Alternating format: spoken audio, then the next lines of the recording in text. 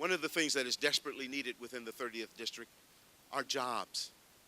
In order to produce jobs, you have to cut taxes on small businesses and lift some of the regulation, the governmental stifling regulation that kills the spirit of entrepreneurship in this district.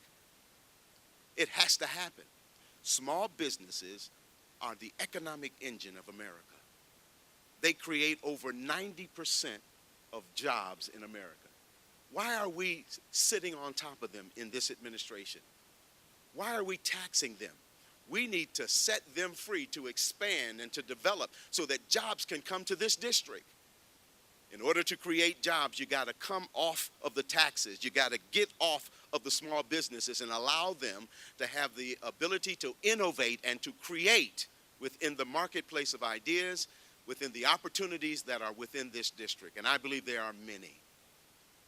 This district has the greatest potential for economic development. Look at the land sprawl that we have. More land than any other district. We have it. There's the possibility for businesses to move in and develop their businesses and to go on to land and property that exist. We have an airport, the Redbird Airport. That could be an attraction to businessmen who are looking for ways to come into the district and maybe bring a packaging company in and fly small packages in and out, right out of this district, creating jobs.